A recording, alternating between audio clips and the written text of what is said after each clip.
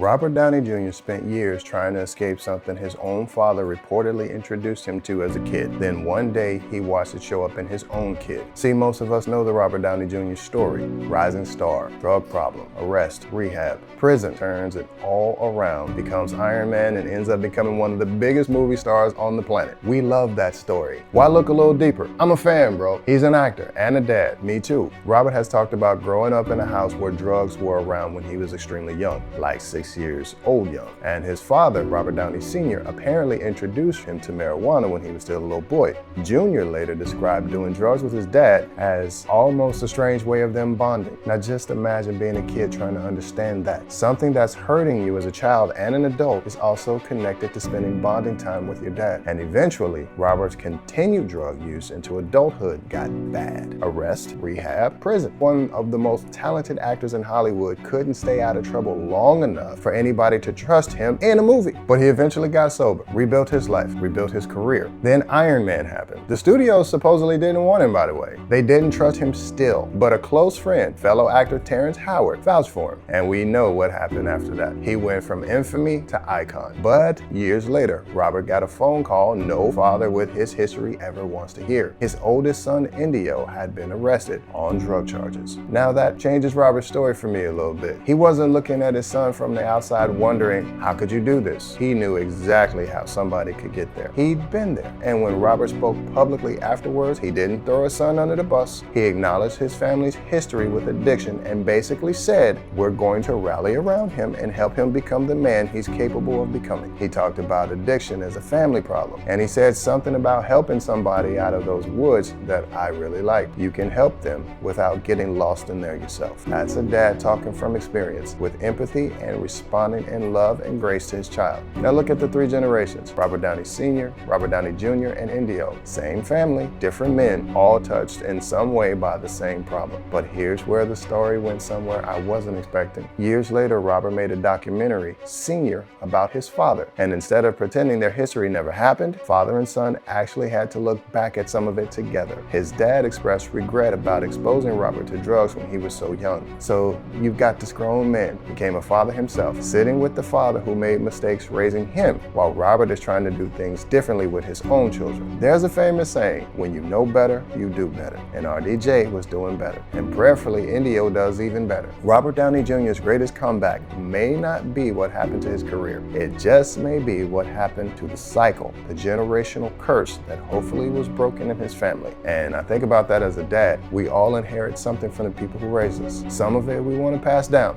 but some of it needs to stop with us.